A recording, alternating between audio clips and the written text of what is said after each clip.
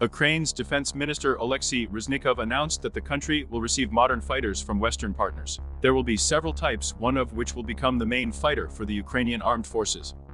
Commenting on the categorical refusal of the German government to supply planes, the minister reminded that not so long ago Germany also did not want to transfer tanks that are already in Ukraine.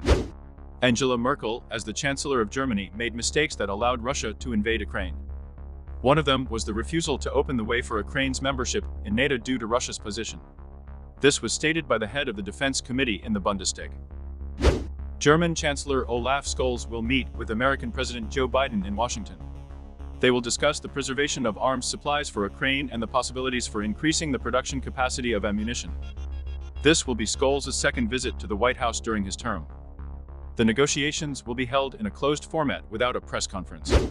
Ukrainian Prime Minister Denis Shmyhal assured that electricity tariffs will not change until the end of the heating season in order not to harm socially vulnerable populations. He also noted that the restoration of the energy infrastructure is impossible without a revision of tariffs, but the government will act in a balanced way and will not harm vulnerable populations. Commander of the Eastern Grouping of Ukrainian Armed Forces, Alexander Syrsky, visited Bakhmut, the hottest spot on the front line, for the second time in a week. Ground forces reported that the situation in the city is extremely difficult and the Russians continue to occupy it, deploying the strongest units of the Wagner Punk and Russian regular units. The fighting is almost continuous. The United States has announced a new military aid package for Ukraine worth million. The new assistance includes additional ammunition for HIMARS, artillery shells, ammunition for the Bradley infantry fighting vehicle, military equipment for bridge laying, explosive ordnance disposal equipment, as well as funding for support, training, and maintenance.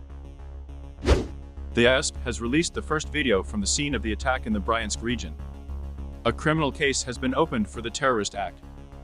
The Russian Foreign Ministry stated that the killings in the Bryansk region were committed using NATO weapons.